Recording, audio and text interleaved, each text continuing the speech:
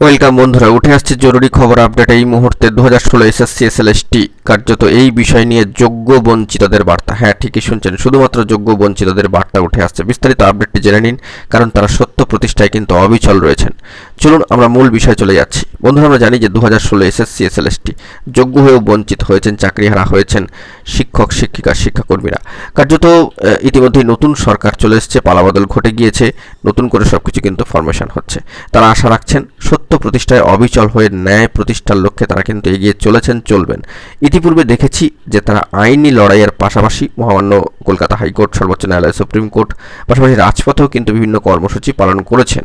সেই নিরিখে আরও একবার তাদের তরফ থেকে গুরুত্বপূর্ণ বার্তা যে নতুন সরকারের কাছে আইনিভাবে 2016 প্যানেল ফিরিয়ে আনার দাবি জানানো হবে।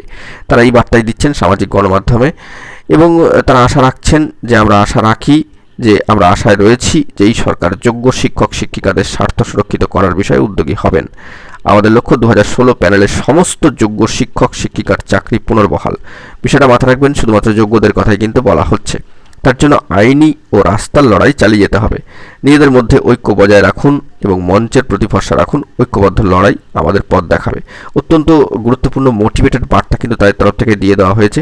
তারা সরকারের উপর আস্থা রাখছেন এবং তাদের লক্ষ্য কিন্তু এটাই, যোগ্য বঞ্চিত চাকরিহারা শিক্ষক শিক্ষিকা শিক্ষাকর্মীদের লক্ষ্য এটাই যে 2016 প্যানেলের সমস্ত যোগ্য শিক্ষক শিক্ষিকার চাকরি পুনর্বহাল।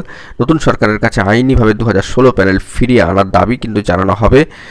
তারা আশায় রয়েছেন এই সরকার যোগ্য বঞ্চিত শিক্ষক শিক্ষিকাদের স্বার্থ সুরক্ষিত করার বিষয়ে উদ্যোগী হবেন। দেখা যাক, ভরসা রাখার কথা বলা হচ্ছে, ঐক্যবদ্ধ থেকে লড়বার কথাই কিন্তু বলা হচ্ছে।